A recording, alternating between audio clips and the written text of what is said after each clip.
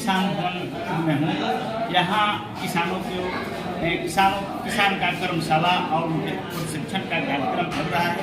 तो आइए इससे के संबंध में जानकारी लेते हैं, कर्मशाला में क्या हो रहा है क्या नहीं।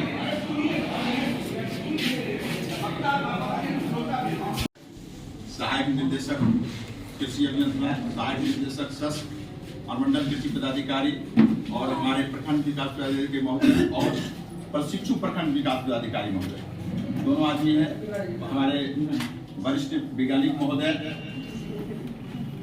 अब मैं चाहूँगा कि सामूहिक रूप से इस कार्यक्रम का वितरण उद्घाटन करने का कष्ट करें।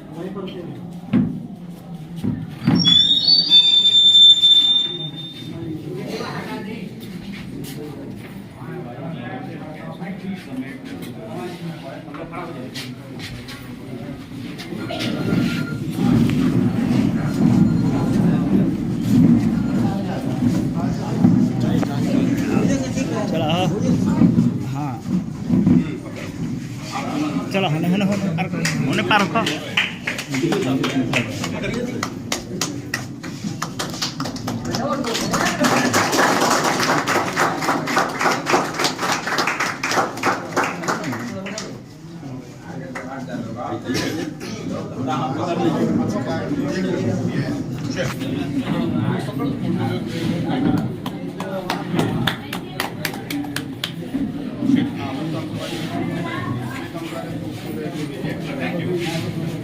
इसको निकाल के पूरा फैलाएगा। ठीक है सर।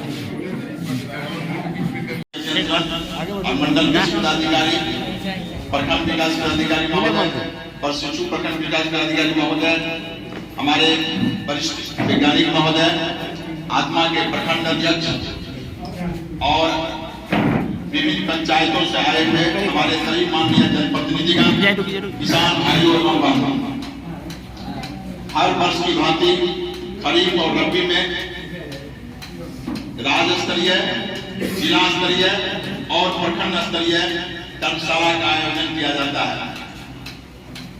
उसी के अनुरूप आज प्रखंड स्तरीय कर्मशाला संदेश प्रखंड में प्रखंड स्तरीय कर्मशाला का आयोजन आत्मा के द्वारा किया गया है। इसका मुख्य उद्देश्य रबी का मौसम है और इसमें सरकार द्वारा किन किन सी योजनाओं को इस बार किसान के हित में संचालित की जाएगी, साथ साथ रबी में जो हमारे यहाँ जो फसल होते हैं उगाई जाती है उसकी तकनीकी जानकारी इसका मुख्य उद्देश्य है। और जो हमारे किसान, चाहे हमारे क्षेत्रीय कर्मचारी, कृषि सलाहकार, कृषि समन्वयक जो जिला स्तर पर भी प्रशिक्षण प्राप्त किए हैं और आज भी, और इसको व्यापक रूप से पंचायत में ग्राम स्तर पर किसानों के बीच तकनीकी जानकारी का प्रचार प्रसार निश्चित रूप से करेंगे। और हमारे किसान भाई भी, माननीय जनप्रतिनिधि भी आए हैं, उनसे भी अनुरोध है कि जो चीज भी आप ग्रहण यहाँ करते हैं अपने अगल बगल के किसान में बातचीत के लहजे में ही जानकारी देने का कष्ट करेंगे की जाएगी। उसके बारे में विस्तार पूर्वक बताने जा रहा हूं। इस बार भी प्रत्येक राजस्व ग्राम में दो किसानों को 90% अनुदान पर मुख्यमंत्री तीज बीज विस्तार योजना का लाभ दिया जाएगा। और इसका मुख्य उद्देश्य है, इसमें फाउंडेशन सिर्फ दिया जाता है आधारभूत, और ये सरकार का कृषि विभाग का उद्देश्य है कि किसान उस अगले साल बीज के रूप में अपने उपयोग करे या अगल बगल किसानों को वो बीज में उपयोग के लिए दे, ताकि बाजार पर किसान का निर्भरता कम हो। इसी के उद्देश्य से मुख्यमंत्री तीज बीज विस्तार योजना और बीज ग्राम की योजना संचालित की जाती है। तो इसमें प्रत्येक राजस्व ग्राम में दो किसानों को चयन किया जाएगा। और हमारे यहाँ स्पष्ट है, कृषि विभाग की जितनी सारी योजनाएं हैं, पहले आओ पहले पाओ, उसमें कोई कोऑर्डिनेटर, कोई किसान सलाहकार, बीओ साहब उसमें कुछ नहीं कर सकते हैं। आपको सारा ऑनलाइन करना है। कोई भी योजना हो, चाहे वो बीज लेने का हो, फाउंडेशन हो, कृषि यांत्रिकीकरण हो या कोई भी योजना हो, आपको उस योजना को प्राप्त करने के लिए ऑनलाइन करना पड़ेगा। और पहले आओ पहले पाओ, ये स्पष्ट है उसमें। पहले ये बात होती थी कि नहीं बीओ साहब अपना जो है चहते आदमी को दे दिए, वो बात अब नहीं है। और हम चाहेंगे भी कि जितनी भी योजनाएं हैं खास करके बीज में, वो सारे योजनाओं का पोर्टल खुला हुआ है, ऑनलाइन किसान कर भी रहे हैं। आप लोगों से भी अनुरोध है कि आप भी जो इस योजना का लाभ लेना चाहते हैं वो ऑनलाइन अपना आवेदन पत्र यहाँ से हमारे यहाँ से भी कर सकते हैं या बाहर भी कर सकते हैं। इस बार इसमें स्पष्ट है, पहले से भी था कि जो किसान योजना का उसमें पहले से भी निर्देश था कि जो किसान 3 वर्ष तक लगातार लाभ रहे हैं उनको लाभ नहीं दिया जाए। वो कभी कभी इसमें इस तरह का होता था त्रुटि, जो वो किसान लाभ ले लेते थे किसी रूप में। लेकिन इसमें स्पष्ट हो गया कि अब जो लगातार 3 साल तक किसान लाभ लिए हैं उनको ऑनलाइन ही नहीं होगा। तो इस परिस्थिति में मैंने सरकार की मंशा है कि हर किसान को लाभ मिले, क्योंकि जो सरकार द्वारा संचालित योजना है वो हर किसान को नहीं दिया जा सकता। हमारे पास जो दी जाता है हम सबको उपलब्ध नहीं करा पाते। तो इस परिस्थिति में सरकार की मंशा है कि हर किसान को लाभ मिले बारी बारी से। तो ये स्पष्ट है, हमको जानकारी देते हैं कि जो किसान विगत वर्षों में लाभ लिए होंगे उनको ये लाभ नहीं मिलेगा। विजय मोहन जी हमारे प्रखंड विकास कार्य संदेश को बुके देकर स्वागत है।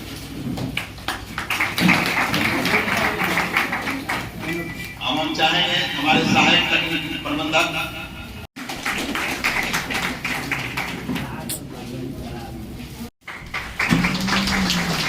राजेश प्रेम कुमार जी कृषि समन्वयक,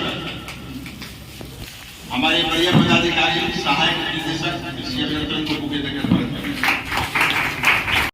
10 साल से कम अवधि का बीज चाहिए तो उसमें थोड़ा सा ज्यादा आपको जो है अनुदान मिलता है। और 10 साल से ज्यादा अवधि वाला लीजिएगा, मतलब पुराना बीज, समझिए कि एक नया बीज या एक पुराना बीज, तो नया बीज लीजिएगा तो उसमें अनुदान ज्यादा मिलेगा, पुराना बीज लीजिएगा तो अनुदान कम मिलेगा। तो उसमें तो ये है कि पहले लोग कोई भी खोलेंगे तो पहला तो आवेदन करेंगे कि नया बीज में डाल दीजिए। नया बीज में गेहूं का, खासकर गेहूं का भी आप देख लीजिए कि हमारे पास जो गेहूं का जो बीज आ रहा है HD 2967 आ रहा है, और ये हमारा जो कर्ण वंदना है DBW 187, जिसका कि बहुत बढ़िया जो है, सबसे बढ़िया समय से लगाए जाने वाला जो है, सबसे इससे बढ़िया तो बीज कोई नहीं है। बहुत बढ़िया 50 से 60 क्विंटल प्रति हेक्टेयर तक उसका उत्पादन जो है जा रहा है। तो वो बीज जो है वो सारी बीजें हैं। इसके अलावा कुछ जो है, जो जहाँ पे धान जो है लंबे अवधि का धान लगा हुआ है, जहाँ के खेत खाली होते होते नवंबर बीत जाएगा, तो वहाँ पे विलंब वाला भी जो है प्रभेद आएगा। तो जो मतलब गेहूं, जो एक तो गेहूं हो गया समय से लगाया जाने वाला, एक होता है गेहूं जो विलंब से लगाया जाने वाला, दोनों तरह का जो है। उसी तरीके से हमारा जो है चना का है, सरसों का है, मटर का है, और ये सारी बीजें हैं। इसके बाद जो है कुछ योजनाएं हमारे पास होती है प्रत्यक्षण का, डेमोस्ट्रेशन का, जिसमें कि आपको पूरा जैसे एक कीटे होता है, एक कीट में जो है हर्बिसाइड से लेकर के खरपतवार नाशी से लेकर जो उस योजना के तहत है वो आपको पूरा कीटे मिल जाता है। और उसका जो है बिल बजावते दिया जाता है। यहाँ से बिल जाता है कृषि विभाग में, हमारे जिला शिल्प कार्यालय में, और वहाँ से आपके खाता में जो है वो थोड़ा आने में थोड़ा विलम्ब होता है, महीना 2 महीने का समय लग जाता है प्रत्यक्षण वाला। तो इसमें है कि जाहिर है कि अगर आप लेट कीजिएगा तो नया बीज आपको फूल हो जाएगा, पुराना बीज में आपको जाना पड़ेगा। उसमें है कि इस मान लीजिए नया बीज में अगर 20 रुपए का अनुदान है तो वहाँ पूछता है कि आपको जो है 15 रुपए का अनुदान हो, इतना ही, बहुत ज्यादा का मार्जिन जो है वहाँ नहीं रहता। संदेशे में अगर आप देख लीजिए तो जो हमारा जो है 10 वर्ष से कम आयु, यानी कि 10 वर्ष से कम अवधि का नया बीज जो है, तो चना इस बार हम लोग 165 क्विंटल उपलब्ध करवा रहे हैं, यहाँ पे 51 क्विंटल दे रहे हैं, और मटर जो है मात्र 5 क्विंटल दे रहे हैं। ये हम दे रहे हैं, ठीक है, विभाग की तरफ से। रकबा जो है इस क्षेत्र का बहुत बड़ा है। हम बताएं ना कि टोटल जो आपका रकबा है उसके अनुसार से 10 से 12% ही कृषि विभाग की तरफ से बीज उपलब्ध कराया जाता है, इसीलिए सभी लोग को कभी बीज नहीं मिल पाता।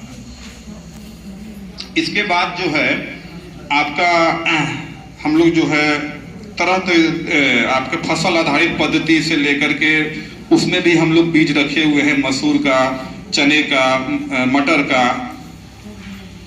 ये सारी चीजें हैं। बीओ साहब के पास डिटेल भी है, जिन्होंने देखें जरा पंचायत वाइज इन्होंने से जो है बांट देते हैं। मान लीजिए कि ये बांट दिए हैं, लेकिन अगर किसी पंचायत से डिमांड नहीं आया, कम आया, मान लीजिए उसको उस पंचायत को 10 क्विंटल ये दिए थे, चना का बीज का टारगेट दिए थे, वहां बीज का डिमांड आया 5 क्विंटल, तो इनके पास है कि वो 5 क्विंटल वहां से हटा करके जहां पे अधिक का डिमांड है, जहां पे अधिक लोग लगाने का इनके पास वो पावर है। हम जो है अपने हिसाब से ब्लॉक को कर दिए, अब ब्लॉक से फिर यहाँ जो है, तो यहाँ जो है 11 पंचायत का इनके तरफ से जो है सब कुछ जितने भी योजनाएं हैं उसका जो है इनके तरफ से कर दिया गया है।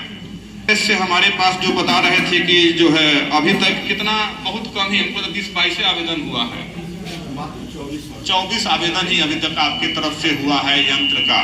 यंत्र में इस बार आप बता दें कि कुदाल खुरपी से लेकर के जो है बताए ना कि 1000 रुपया से लेकर के जो है 5-5 लाख रुपए तक का जो है इसमें आपको यंत्र है शामिल। जो आपको सही लगे, जो आपको बढ़िया लगे, उस यंत्र का जो है आगे बढ़ेगा कि नहीं बढ़ेगा उसका हम नहीं बता सकते हैं। इसलिए जो है हम हमारे वीडियो साहब की बहुत बेस्ट है। धर्मशाला से प्रशिक्षण कार्यक्रम में आप लोगों का स्वागत है और मैं आदरणीय सांसद महोदय के प्रतिनिधि का स्वागत करता हूँ। सहायक सीडेसर एग्रीकल्चर विभाग से जो हमारे सीनियर्स हैं, मैं उनको भी रिगार्ड्स देता हूँ, प्लस ऑनरेबल साइंटिस्ट सर और एग्रीकल्चर ऑफिसर मैडम, आपका भी स्वागत है। और चूँकि ये डिपार्टमेंटल एग्रीकल्चर का है, पर मुझे पता है कि बिहार एक कृषि प्रधान प्रदेश है और अभी जस्ट पेपर में मैं पढ़ा कि महामहिम राष्ट्रपति पटना आई हुई थी, तो उन्होंने 4th एग्रीकल्चर रोड मैप का उद्घाटन किया है। तो इससे हम लोग ये पता चलता है कि अगर कृषि के क्षेत्र में अगर विकास हो जाए तो किसान का जो डबलिंग ऑफ इनकम का जो प्रधानमंत्री का लक्ष्य है और विभिन्न तरह का कल्याणकारी योजनाएं चल रहा है, तो इससे काफ़ी प्रगति होगी तथा गरीबी को दूर किया जा सकता है। तो मैं यही चाहूँगा कि आप अधिक से अधिक लाभ उठा पाएँ और मेरा यही योगदान रहेगा कि अगर आपको कुछ समस्या आता है तो आप मुझे बता सकते हैं, मैं कोऑर्डिनेशन कर सकता हूँ। जिला के हमारे सीनियर ऑफिसर्स हैं, मैडम हैं, एग्रीकल्चर के ऑफिसर्स हैं, तो जितना फ़ायदा आप उठा सकते हैं इस नए टेक्नोलॉजी का। और आपको जो यहाँ पे आप लोगों को प्रशिक्षण दिया जाएगा, जो भी आपका शिकायत रहेगा आप अच्छे से आप यहाँ पे सीखिए, समझिए। अगर कोई परेशानी होता है तो आप मेरे पास बेझिझक होकर बताइए। और मैं अपना यहाँ पे एक और पॉइंट ऐड करना चाहूँगा कि जैसे हम लोग ग्रामीण विकास विभाग की तरफ से आते हैं, तो वहाँ पे हम लोग का एक WQ का एक प्रोजेक्ट चल रहा है स्वच्छता को लेकर। तो जैसे किसान है तो उनको फर्टिलाइजर का जरूरत पड़ता है, तो खाद के रूप में भी जैविक खाद का ज़्यादा प्रचार हो रहा है। तो WQ जैसे संदेश में है, आपका पंडूरा में है, और जहाँ जहाँ पे जैविक खाद तैयार हो रहा है तो आप वहाँ पे एक न्यूनतम रेट से 7 रुपये 8 रुपये का केजी के हिसाब से आप फर्टिलाइजर ले सकते हैं। अगर उस पर हम लोग विचार करेंगे तो उसको रेट को और कम भी कर सकते हैं। तो आप लोग आकर वहाँ से लीजिए और अपने पौधा में या जहाँ पे भी कृषि का कार्य कर रहे हैं उसमें आप देखिए कुछ चेंजेस अगर हो पा रहा है, तो अगर प्रोडक्टिविटी बढ़ रहा है कि घट रहा है, तो उसमें आप उसको उपयोग करके देखिए। क्योंकि सरकार का देखिए ऐसा नहीं कि सिर्फ एक विभाग कृषि है और एक ग्रामीण है, सारा विभाग मिलकर प्रखंड स्तर पे काम कर रहे हैं, सबका जनहित के लिए कर रहे हैं। तो मेरे तरफ से यही रहा कि आप WQ के खाद को थोड़ा देखिए और यूज़ करके देखिए। और ये जैसा कि एग्रीकल्चर ऑफिसर बताएं कि एस्पिरेशनल महत्वाकांक्षी ब्लॉक में इसका चयन किया गया, तो इसका मतलब ये नहीं कि ब्लॉक बहुत पीछे है, ऐसा नहीं। यहाँ पे भी लोग पढ़े लिखे लोग हैं, बहुत जागरूक है, बहुत तेज तरार यहाँ से लोग निकले हैं। तो महत्वाकांक्षी का मतलब ये होता है कि अगर इनको थोड़ा सा अगर इनको हेल्प किया जाएगा, मदद किया जाएगा, तो ये काफ़ी आगे निकल सकते हैं। और मंत्री महोदय द्वारा ऑलरेडी यहाँ पे फंड अवेलेबल कराया जाएगा, पैसे का अनुदान दिया जाएगा। और जिस क्षेत्र में अगर जैसे फॉर एग्जांपल कृषि क्षेत्र है, कृषि में अगर मुझे लगता है अगर एग्रीकल्चर ऑफिसर या फिर जिला के सीनियर ऑफिसर साइंटिस्ट महोदय मैडम को लगता है कि अगर संदेश में ये कराना चाहिए तो फंड का कमी नहीं है, फंड हम लोग को मिलेगा सरकार की तरफ से। और आप लोग का कुछ इनपुट है कि नहीं यहाँ पे ये होना चाहिए, कुछ भी जो आप लोग को लगता है जो दूसरे जगह पे हो रहा है वैसा यहाँ पे भी होना चाहिए, इस चीज़ का खेती को प्रमोट करना है, तो आप अपना बात रख सकते हैं। फिर हम लोग का जो लगातार मीटिंग होगा उसमें ये महत्वाकांक्षी वाले में हम लोग आगे प्रपोजल रखेंगे। तो फिलहाल मैं यही कहना चाहूँगा कि मतलब आप इस प्रशिक्षण कार्यक्रम का जितना सपोर्ट ले सकते हैं, हेल्प ले सकते हैं, क्योंकि साइंटिस्ट हैं, आपको टेक्नोलॉजिकली अच्छा से बता पाएंगे। क्योंकि आप पंजाब हरियाणा में जाइएगा तो वहाँ पे क्या करते हैं कि खेती में तो जो बच जाता है, जो इसको भूसा या जो भी बोलते हैं, उनको जला दिया जाता है पराली को, वो जलाना नहीं है। और जो भी ये अपना साइंटिफिक बताएंगे वो बहुत बेस्ट रहेगा आप लोग के लिए। और ऑर्गेनिक जैविक खाद के बारे में एग्रीकल्चर ऑफिसर बता ही रहे हैं, तो उसको भी मैंने करना है। और ये जो मोटे अनाज वाला बता रहे हैं, बूढ़े बुजुर्ग बताते हैं कि वो सब खाना चाहिए। आज के डेट में जैसे जो बड़े बड़े शहरों में जाते हैं तो आप लोग देखते हैं पिज़्ज़ा और बर्गर खाते हैं, जो कि स्वास्थ्य के लिए काफ़ी हानिकारक है। तो आप जितने भी किसान हैं अपने पोते को, बच्चे को बताइए कि नहीं हमारे दादा परदादा ये करके गए हैं, तुम्हें भी ये फॉलो करना है। और उसी के लिए पूरा टीम है, एग्रीकल्चर सिस्टम आप लोग के लिए है ना।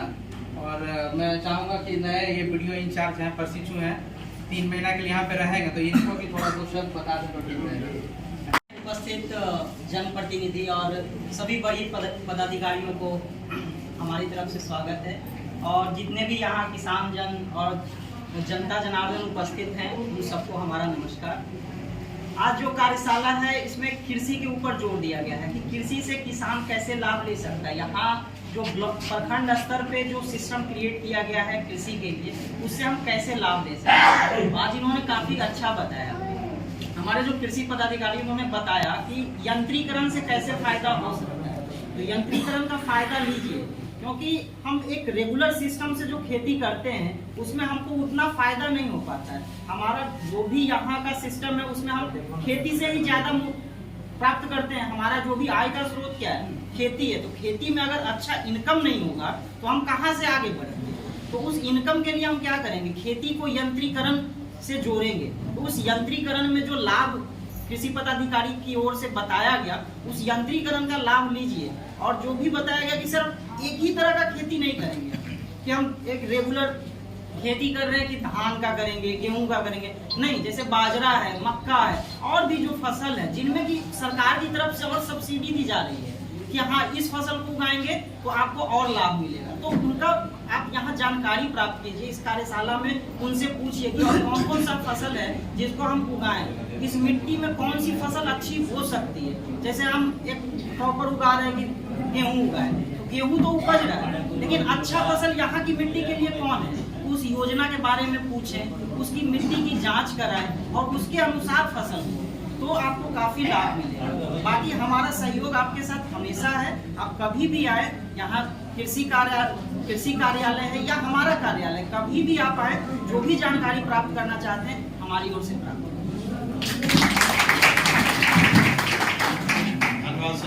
जनप्रतिनिधि और किसान भाइयों को स्वागत करते हुए मैं ये कहना चाहूँगा कि आज के युग में भी आप लोग बहुत पीछे जा रहे हैं। टीकाकरण आपके यहाँ जाता है, आप लोग माने अब तो 50% लोग लेते हैं, 50% अभी भी नहीं लेते हैं। देखिए अभी कितना जो लंपी स्किन डिजीज चल रहा था, अगर ये टीका नहीं पड़ता तो कितना मोर्टिलिटी होता, मरता बहुत जानवर। टीका जनवरी में दिलाया गया जिसके कारण मोर्टिलिटी जस्ट ये टच करके आपके जानवर को चला गया। तो हम यही रिक्वेस्ट करेंगे जब भी आपके यहाँ टीकाकर्मी जाए, टीका जरूर, इससे आपका जानवर को बहुत, एक जानवर का दाम आज के डेट में 50-60 हज़ार होगा, तो मोर्टिलिटी हो जा रही है। इसके लिए आप लोग जरूर से जरूर, हम यही कहेंगे। और जब भी आपका टीकाकरण का कार्यक्रम चलेगा, आपके दरवाजा पर जाएगा। हमारे यहाँ 4 टीकाकरण का है, एक है जो मुहपका का है, एक HSPQ, एक आपका अभी लंपी स्किन चल रहा है, और बकरी के लिए PPR, ब्रुसेलोसिस है जो ये आपका माछी के लिए। ये 5 तरह का टीका हमारे यहाँ। अगर किसी तरह का आपको पूछना है, इतने भी जैसे पहले कहते थे ना कि आप लोग आते हैं हमारे, नहीं सर हमारा जानवर मत, हमारा जानवर एकदम अंदर से एकदम मोटा ताजा, लेकिन नहीं, आप ये नहीं देख रहे हैं कि उसमें क्या क्या मिनरल की कमी है, जिसकी के कारण आप देखे होंगे पहले जानवर गर्भ धारण करने में दिक्कत नहीं होती। आज के डेट में गर्भ धारण है, उसमें कहीं ना कहीं मिनरल की कमी है। और वो मिनरल कहाँ से आती है, धरती से आती है, मिट्टी से। हर एक का जगह जाइएगा, सिनेरियो ये है कि कहीं ना कहीं में मिनरल की कमी है। तो इसीलिए कहा जाता है कि आप जो ये लोग देंगे सलाह उसको फॉलो कीजिए। हर एक माने आप जो जैसे आप धान का खिलाते हैं या भूसा खिलाते हैं, उसमें वो मिनरल की कमी आ जा रही है। अभी जो सर्वे आया था हमारे यहाँ 10-15%, तो ये आपका गंगा के उस पार में फेरस का बहुत था, तो ये फेरस सल्फेट अगर कम रहेगा तो जरूर है कि आपका ये, तो ये तो सर लोग बताएंगे। मिट्टी का अगर जांच भी हम लोग का रिपोर्ट लेते हैं तो यहीं से आता है। तो ये चीज का बारीकी से आप लोग समझिएगा कि कौन पौधा में क्या मिलता है, क्या खिलाना चाहिए, इससे आपको गर्भ धारण में दिक्कत नहीं होगी। ये कि जो हमारा ये रबी अभियान है, 2 अभियान सर ने भी बताया कि एक खरीफ का होता है और एक रबी का होता है। रबी का अभियान जो हम लोग प्रखंड स्तर पे जो लागू करते हैं, इसका मुख्य उद्देश्य समझिए कि जो सरकार की तरफ से जितनी भी योजनाएं चल रही है कृषि विभाग से, सरकार ने अपना काम जो है वाइंड अप कर दिया। अपना जो फाइनलाइजेशन है, डिस्ट्रिक्ट अलॉट है, या जो पैसे का आवंटन है, या जो योजनाएं वो सरकार के द्वारा हो चुकी है फाइनलाइज, अब आपके पास पहुंचाने के लिए यही प्लेटफॉर्म है, चाहे कि कौन कौन सी योजना बनी है और उसमें चेंजिंग क्या हुआ है, नई क्या आई है बातें, वो आपको पहुंचाना है। और अब आपकी रोल ज़्यादा है, क्योंकि सरकार ने तो पैसा आपको दे दिया, इस ब्लॉक के लिए दे दिया, अब आपकी उसमें सहभागिता बहुत अहम है कि उस पैसे का यूटिलाइज इस ब्लॉक में जल्द से जल्द कैसे हो, मार्च की हम वेट ना करें और सारे किसानों तक जो है अनुदान की राशि या जो भी सहायता जो है जो महत्व पहुंच सके। यंत्र से संबंधित मैं बताना चाहता हूं कि अभी मैं देख रहा था आपके प्रखंड का, मैं प्रोग्रेस देख रहा था, पूरे जिला का हमारा आवेदन लगभग 700 के करीब है, लेकिन इस प्रखंड का मैं देख रहा हूं मात्र 24 आवेदन। ये मुझे कहने में भी अच्छा नहीं लग रहा है कि मात्र 24 आवेदन। इट मीन्स कि आप अवेयर नहीं है, आपको योजना के बारे में जानकारी नहीं है, कैसे आवेदन करना है, क्या नहीं करना है। तो चूंकि इस कर्मशाला के माध्यम से मैं बोला, आप ब्लॉक स्तर, प्रखंड स्तर पे आप जाते हैं, अपने पंचायत में जाते हैं, अपने गांव में जाते हैं, तो लोगों को सिखाइए, लोगों को बताइए कि ये योजनाएं हैं और आप लाभ लीजिए। आप लोग बैठते हैं कहीं ग्रुप में बैठते हैं, योजनाओं के बारे में जरूर बताइए। यांत्रिकरण में जो चेंजिंग हुआ है, मैं चेंज के तौर पे मैं बता रहा हूँ कि जो चेंजिंग पहले तो महिला जो हमारी है, मैं उनके लिए कुछ नए यंत्र जो इस बार आए हैं उसको मैं पहले इलोबरेट कर देता हूँ। यंत्र में सब्सिडी जो है हमारा 40% से 80%, 40 से 80% तक की सब्सिडी दी जा रही है। 108 प्रकार 108 प्रकार के यंत्र आपके शामिल किए गए हैं। लास्ट ईयर ये 90 प्रकार थे, इस बार बढ़ाया गया है यंत्र को। यंत्र ऐसे हैं कि जिनके नाम आप लोग सुने भी नहीं होंगे। आप लोग लिमिटेड रहते हैं केवल कल्टीवेटर, रोटावेटर, यही सब पे यंत्र भी रहते हैं। हमारे पास इस तरह के नए यंत्र 108 प्रकार के यंत्र, वो सारा डिटेल भी मैं, चूंकि और भी कम टाइम भी हमारे पास नहीं, एक एक यंत्र के बारे में मैं डिटेल बताऊंगा। मेरा नंबर भी रहेगा, कभी जिला में आप आइए, मैं बताऊंगा। इस बार जो नई पद्धति की गई, लास्ट ईयर क्या था कि 10,000 तक के यंत्र को जो है लागू किया गया था कि जो 10,000 से सब्सिडी कम और 10,000 से ऊपर करके मंत्री जी का, सरकार का आदेश हुआ कि उसको 20,000 किया गया। 20,000 से नीचे और 20,000 से ऊपर।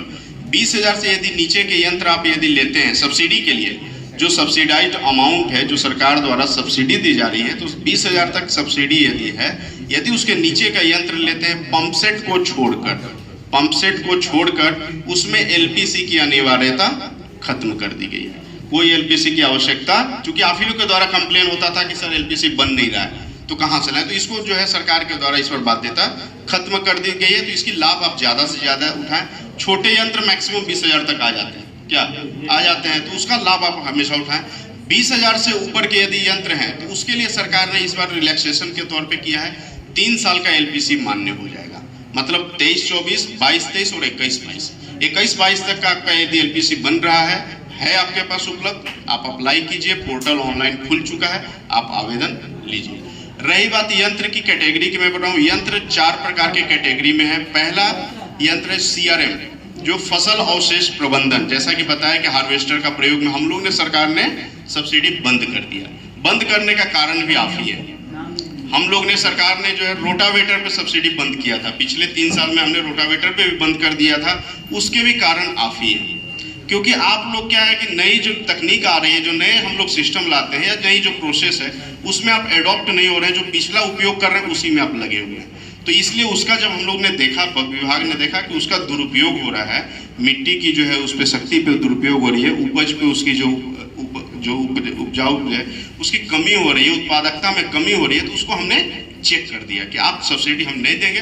तब तो आप समझेंगे कि उस यंत्र का क्या दुरुपयोग है, तभी आप समझेंगे।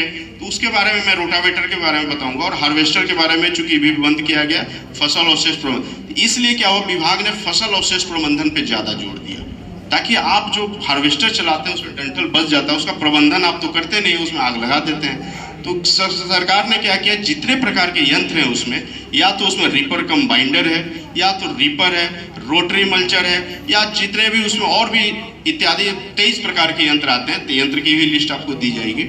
80% सब्सिडी कर दिया। अब आप समझिए कि सरकार की कितनी आपके ऊपर ध्यान है कि किसानों को हमने जो है 75 से 80% सब्सिडी कर दिया, मात्र 25% आपके लगेंगे और आप वो यंत्र आप ले सकते हैं, ताकि फसल का प्रबंधन हो उसका। चूंकि आप एक जनरल थीम है, थ्योरी आप समझिए कि जो आप खेती करते हैं, जो आपका डंठल बच गया, जो भी बच गया, 60-40 का रेशियो आप मेंटेन करना जरूरी है कि जो आपके पुआल बच गए तो आप खेत में क्या करें, 40% का जो आपका रकबा है, जो डंठल बच गया, उसको स्प्रेडिंग करना, भूसे के रूप में मिट्टी के ऊपर बिछा देना जरूरी है। 60% तो आप निकाल लीजिए, कोई दिक्कत नहीं है, पुआल को जो है भूसा बना करके। 40% एज ए मल्च, जिसको हम लोग टेक्निकल भाषा में बोलते हैं मल्च के रूप में, उसको बिखेर देना है उसमें मल्चिंग के रूप में, ताकि उसकी जो है एक तो मिट्टी सड़ेगा गलेगा, उसमें उर्वरक शक्ति बढ़ेगा, दूसरी की ह्यूमिडिटी, जो मिट्टी की जो ह्यूमिडिटी है उसको जो मेंटेन कर रखता है, उसमें पानी की जो शक्ति है वो मेंटेन रखता है, और फसल का जो है उसमें जो उत्पादकता बढ़ेगी। तो ये 60-40 का रेशियो एक मेंटेन है। दूसरा हमारे पास जो कैटेगरी है उसमें लाइन सोइंग। आप समझ रहे हैं कि यदि खेती आप करते हैं जिग-जैग खेती, जो पहले की खेती होती थी, आज भी धान की खेती होती है, क्या होती है, लेते हैं आप लेके बुआई कर देते हैं जहां तहाँ, उसमें कोई यंत्र आप चला पाइएगा, चला पाएंगे? और आज के डेट में है आपके पास इतने मजदूर कि बिना यंत्र की आप खेती कर लेंगे? यदि आपको कोई बोल दे कि आप 1 कट्ठा जमीन जो है हाथ से कुदेल दीजिए, कर दीजिएगा? आज कुदाल चला के कर दीजिएगा? है किसी के कोई पॉसिबल है बिना यंत्र का? नहीं है। तो सब सरकार की सबसे पहला महत्व यही लगा कि लाइन सोइंग, खेती करें तो एक कतार में करें। कतार में आप करेंगे तो उसका प्रबंधन आप जो है, या खरपतवार हो या और भी जो है पतवार, सब चीज आप यंत्र के माध्यम से कर सकते हैं। आपकी समय की बचत होगी, आपकी मैन पावर की बचत होगी, और आपकी उत्पादकता और लागत में भी कमी आएगी। अब आप मैन खर्च है, हमारे पास विश्वास नहीं कीजिएगा, एक हमारे पास आए थे कोई मिलने के लिए, उन्होंने बताया, खुद बताया, प्रैक्टिकली बताया उन्होंने कि सर मैंने पोटैटो प्लांटर से जो है मैंने पोटैटो लगाया। वो क्या किए कि चूंकि मौसम के अनुकूल जो है वो देखते हुए कि कब बारिश होगा क्या होगा, उन्होंने मजदूर लगा करके जो है अपना पोटैटो लगवा लिया। वो बोले कि सर हमको लगभग जो है पर हेक्टेयर या जो भी पर कट्ठा का जो एकड़ का, वो बोले कि लगभग कॉस्ट हमको 80 रुपए के करीब आया। ठीक है, 80 रुपए या जो भी कहिए उनको। वो वही कहे कि हमारे बगल का जो प्लॉट था, जो किसान थे, उन्होंने मशीन के पोटैटो प्लांटर आप देते हैं, उस मशीन का उपयोग कर करके पेट्रोल डीजल सब लगा करके कट्ठे का हिसाब कहे कि 40 रुपए का लगवाया। सीधा सीधा खर्च कहे कि लगभग हमारा दोगुना से जो है खर्च, मैं आंख के सामने मैंने देख लिया मजदूर लगा कर, क्योंकि बहुत परिपक्व आदमी थे, ऐसा नहीं पैसे की कमी थी, पैसा रहता नहीं रहता तब तो सोचते, पैसा था उन्होंने खर्च कर दिया। तो मैं कह रहा हूँ कि यंत्र से बचत जो है आप जब तक यूज नहीं करेंगे, जब तक उसकी समझदारी आपको नहीं आएगी। आज से 5 साल पहले कोई रोटावेटर जानता था? आप बताइए, कोई जानता था? किसी आपके प्रखंड में पंचायत में कोई एक ही यूज किए होंगे? आज बोलना पड़ता है, किसी को बोलना पड़ रहा है हमें कि आप रोटावेटर पे ले लीजिए, सब्सिडी ले लीजिए। आपको पैसे हैं, आप जाके बिना सब्सिडी का आप जाकर कैश लेते हैं। उसी तरह हमारे पास नए यंत्र ऐसे ऐसे आ गए जिसके बारे में शॉर्ट में भी बताऊंगा। तीसरी प्रकार का यंत्र है हमारे पास पोस्ट हार्वेस्ट और हॉर्टिकल्चर। चूंकि जो है आप खेती तो कर लेते हैं, उसके बाद जो है पोस्ट हार्वेस्ट के रूप में जो है प्रबंधन, आपके जीविकोपार्जन के लिए हॉर्टिकल्चर, कोई सब्जी की खेती करते हैं या जो बड़े बड़े बगीचे भी, आम के बगीचे, उससे संबंधित भी हमारे पास यंत्र हैं। और एक कैटेगरी हमारे पास अन्य कैटेगरी है जिसपे बहुत सारे 64 प्रकार के यंत्र हैं, जो रोटावेटर तो अलग चीज है, जलवायु का अलग है। ठीक है, तो हम यंत्र के बारे में कह रहे हैं कि आपको जो है मैं बता रहा था, तो 4 प्रकार के हमारे पास कैटेगरी हो गई यंत्र के। रही बात जो है रोटावेटर को जो हमने चेक किया था, जो सब्सिडी हमने बंद किया था, उसका कारण क्या है और दुरुपयोग क्या है उसका, जो आपके तरफ से हुआ, मैं उसके जस्ट बता रहा हूँ। आप कीजिए रोटावेटर, बेफिक्र यूज कीजिए, बहुत ही अच्छा यंत्र है, उससे बढ़िया तो यंत्र नहीं भी हो सकता है आपके लैंग्वेज में या मेरे लैंग्वेज में। लेकिन उसका दुरुपयोग मैं शॉर्ट में बता रहा हूँ। उसका चूंकि देखिए, मैं चूंकि टेक्निकली बता रहा हूँ, उसमें जो ब्लेड लगते हैं वो आपने देखा होगा, मात्र एक ही वैरायटी का ब्लेड आप देख रहे हैं जो लग के आपके पास पहुंच रहा है घर पे। उसमें 7 प्रकार के ब्लेड लगते हैं जिसका नाम आप जानते नहीं है, मैं डिटेल में भी नहीं जाऊंगा। एल टाइप का होता है, उसमें एक्स टाइप का होता है, वी टाइप का होता है, सी टाइप का होता है, हर एक यू टाइप का ब्लेड अलग अलग होते हैं। हमारे पास जो आपके पास जो आता है इस बेल्ट के लिए, कैटेगरी के लिए, जनरली आप देखे होंगे रोटावेटर में जो है एल टाइप का ब्लेड रहता है, ऐसे लगा रहता है ब्लेड जो है एल टाइप का ब्लेड बना रहता है। वो ब्लेड क्या होता है, जब आप रोटावेटर यूज करते हैं तो रोटावेटर की गहराई कितनी होती है, कितना गहराई में जाकर खोदता होगा? हार्डली 4 इंच जाता है, मैक्सिमम 2 से 3, 4 मैक्सिमम जाता होगा, 4 इंच तक जाता हूँ, आपकी बात मान ली 4 इंच तक जाता है। 4 इंच के बाद क्या हुआ कि वो जब ब्लेड खुदेड़ तो जो ऊपरी पोर्शन वो निकाल दिया 4 इंच का, उसके नीचे का जो ब्लेड होता है ये जाकर के नीचे मारता है, थप थप थप। आज के इस कार्यक्रम में सभी को मेरा नमस्कार। अभी 2-3 बातें सामने आई। पहली बात है कि अभी हमारे जो वो खाद है उसके बारे में एक मन में जिज्ञासा है कि कितना इसको डालना चाहिए। तो ये जो खाद है, ऐसा नहीं है कि हमें हमेशा इस बात का ध्यान रखना है कि हम इस्तेमाल कर रहे हैं तो उसका आर्थिक पहलू भी हमको देखना है। अगर हम कहें कि उसको हम 500 किलो इस्तेमाल कर सकते हैं, तो 1 एकड़ में 500 किलो को डालेंगे तो 4000 रुपये रहेंगे, ठीक है। तो हम क्या करेंगे, हम 500 किलो नहीं डालेंगे, हम 100-200 किलो डालेंगे, वहां पर डालेंगे जहां दालियों में हम फसल लगा रहे हैं, मतलब जहां जो जड़ है, हम वहीं पर इन खादों का इस्तेमाल कम करेंगे, तो कम खाद में भी हमको ज्यादा फायदा होगा और हमारा जो लागत मूल्य है वो कम होगा। और ये नेचुरल, बिल्कुल प्राकृतिक चीजें हैं जिनको कि आपके परिवेश में जो उपलब्ध है, गोबर है, पत्ते हैं, उनसे ही बनी हुई ये खाद है। तो ये खाद जो है आपके लिए और आपके खेतों के लिए बहुत अच्छी है। जैसे हम कहते हैं ना कि बहुत ज्यादा घी तेल खा लेने के बाद तबीयत खराब हो जाती है, लेकिन अगर हम उसके साथ में फल, सलाद, सब्जी ये लेते हैं तो फिर सब कुछ संतुलित रहता है। तो हमारे खेतों में अब गोबर की खाद हम नहीं डाल पा रहे हैं, बहनें कुछ ज्यादा उत्साह में है, थोड़ा सा हमारी बात को भी सुन ले आप लोग। तो मेरा ये कहना है कि इसका हम इस्तेमाल करेंगे। इसके अलावा मेरा एक आपसे और अनुरोध है कि हम खेती कर रहे हैं। अभी थोड़ी देर पहले चर्चा हुई, एक हमारे बड़े दुखी होकर के वो लाठी लेकर के निकल गए कि सब तो बचबे ना कोई, तो का बात करेंगे बैठे। बात बिल्कुल सही है उनकी, वो खुश होकर के नहीं बोल रहे थे, वो दुखी थे और वो हमसे दुखी नहीं थे, वो अपने आप से दुखी थे क्योंकि उनके खेतों में अच्छी फसल नहीं हुई, खेती भी पीछे चली गई क्योंकि पानी नहीं था। मेरा ये कहना,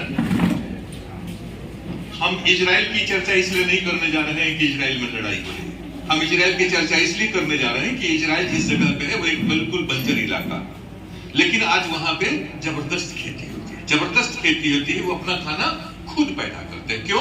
क्योंकि उन्होंने पानी के महत्व को समझा है और आज वो पानी का एक एक बूंद का वो फायदा उठाते हैं, जिसको कि इजरायली पद्धति भी बहुत सारे लोग करते हैं। हालांकि वो इजरायली पद्धति नहीं है, उस पद्धति की खोज सबसे पहले फ्रांस में हुई थी, लेकिन इजराइल वालों ने इतना उसका उपयोग कर लिया कि इजराइल के नाम पर वो टेक्नोलॉजी चल रही है।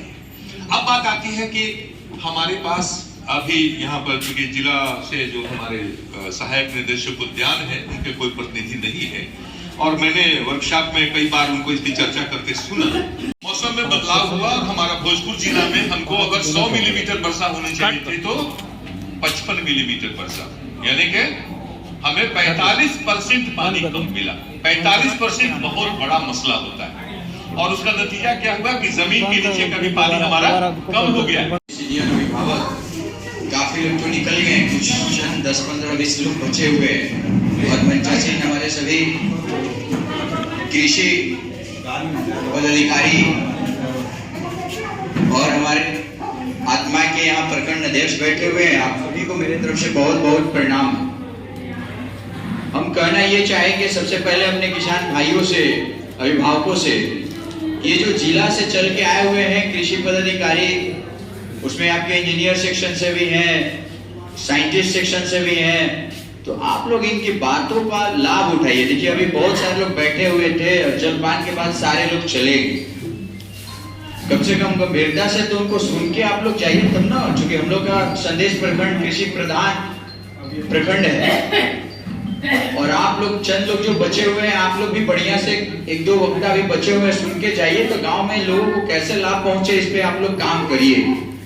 हम खास करके अब सीधे अपने कृषि पदाधिकारी लोगों से ये कहना चाहेंगे कि सर ये जो कार्यक्रम हो रहा है इसका स्वरूप जो है बड़ा है, लेकिन जो जगह है वो बहुत छोटा है।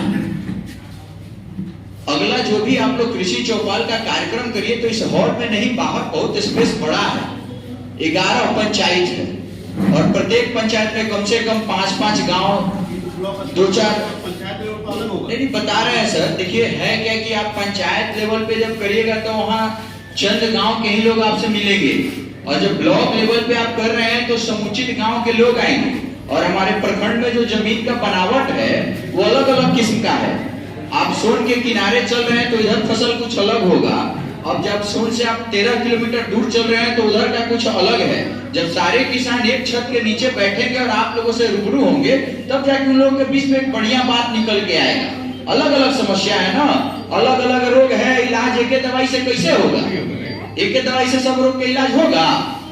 अब इसमें सबसे पहले तो आप लोग ये तय करिए कि चूंकि कृषि जो विभाग है अपने आप में सरकार है, अगर जैसे हमारे बिहार सरकार है, केंद्र सरकार है, तो बिहार सरकार में जो कृषि मंत्रालय है वो अपने आप में बहुत बड़ा एक सरकार का पार्ट है, बहुत बड़ा सेक्शन है। बहुत सारे किसानों को पता ही नहीं है कि कृषि में कितना सेक्शन है। आप इंजीनियरिंग सेक्शन संभाल रहे हैं, ये साइंटिस्ट सेक्शन, कोई उद्यान संभालता है, कोई जल संरक्षण संभालता है, बहुत तरह का ये है। तो आप किसान से सारे चीजों को अवगत करिए। आप लोग जो आके बोल दिए, अभी हम एक बहुत बड़ा समस्या से हम लोग इधर परेशान है, झेल रहे हैं। वो ये समस्या है कि जैसे ये लोग खेती कर रहा है, हम भी किसान भी हैं, हम लोग के यहाँ सबसे ज्यादा, और ये आपका ये नीलगाय भूसावर है, इससे हमारे यहाँ का किसान बहुत परेशान है। इस विषय पे हमने बात भी किया है एसडीओ साहब से भी, डीएम साहब से भी, कि ये जो आज के डेट में बिहार सरकार है, तो ये जो नीलगाय का मारने का एक टीम गठित हो गया है। लेकिन है क्या कि यहाँ से जब बीओ साहब आप जब सर्वे करके किसानों से मिल के जुल के कुछ साइन वाइन लेके, और आप भी डीएम साहब के यहाँ जाके पहल करिए। हम लोग तो एक जनप्रतिनिधि होने के नाते हैसियत से पहल कर रहे हैं। वहां से एक टीम आएगी पटना से और वो नीलगायों को मारेगी, जिससे कि किसानों की जो फसल क्षति है वो कम से कम हो सके। दूसरा सबसे बड़ा समस्या है नहर का। अब तो यहाँ पे पता नहीं बागा के कौन है, यहाँ पे कौन है, यहाँ पे जो आप हैं, आप बागा में जाके भोला शरण सिंह जो सूचना देता है लोग नीचे, वहां के किसान अभी पूरा धरना आंदोलन किया हुआ था, 3 दिन रोड जाम था, उसमें से एक भी किसान हमको नजर नहीं आ रहे हैं। कौन गया था सूचना करने? बुलाइए उनको। कोई आए तो हमको भाई रिजल्ट चाहिए इस मुद्दे पे। और आप तो बहुत दुर्जवान और मेहनती हैं, आपके साथ तो हम काम किए हैं, मैडम के तो बहुत पोटेंशियल। अब कह रहे हैं कि ये जो रोड जाम किया था लोग नहर पानी के लेकर के, तो उसमें जो संबंधित किसान का लगभग हमको लगता है कि 500-550 किसान का टीम है। मेरे पास उसका सारा डाटा है, उनमें से एक भी किसान नहीं दिख रहे हैं। आप जाके उन लोगों से 1 to 1 मिले नहीं, कब मिल लेंगे? यहाँ पे अभी कार्यक्रम हो रहा है, इस कार्यक्रम में ना पार्टिसिपेशन होनी चाहिए या कोई विज्ञापन करना चाहिए। नहीं, देखिए 2 चीज है। ब्लॉक में सबसे ज्यादा अगर कोई है तो सर किसान है। सबसे ज्यादा अगर किसी का समस्या जुड़ा हुआ है तो किसानी से जुड़ा हुआ है। तो जो नीचे आप सर मान के चलिए सुबह 10 से शाम के 5 बहुत अच्छा ड्यूटी कर रहे हैं, लेकिन आपके नीचे का टीम यदि ड्यूटी नहीं हुए थे तो सर ये बहुत बड़ी फेल्योरमेंट है कि जब जिला से चल के सारे पदाधिकारी आ रहे हैं कि हमको किसान को लाभ पहुंचाना है और किसान को जो सूचना देना है सूचना ये लोग दे ही नहीं रहा है।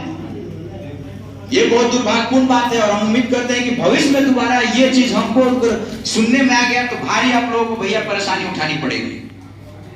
और मैडम आप लोग भी इस पे सराहे हुए हैं, जाके जिला कृषि पदाधिकारी को भी अवगत कराइए और लिखिए, डीएम साहब को भी लिखिए आप लोग, क्योंकि सिर्फ आके आप लोग कह देंगे और इससे कुछ बहुत लाभ परिवर्तन होने वाला नहीं है। तो हमारी आपसे मांग 2-3 ही है, आप लोगों से मांग है अपने जनता के तरफ से। पहली मांग ये है कि नेक्स्ट जो कार्यक्रम हो वो इस हॉल में नहीं हो, ये कार्यक्रम आप लोग बाहर में करिए।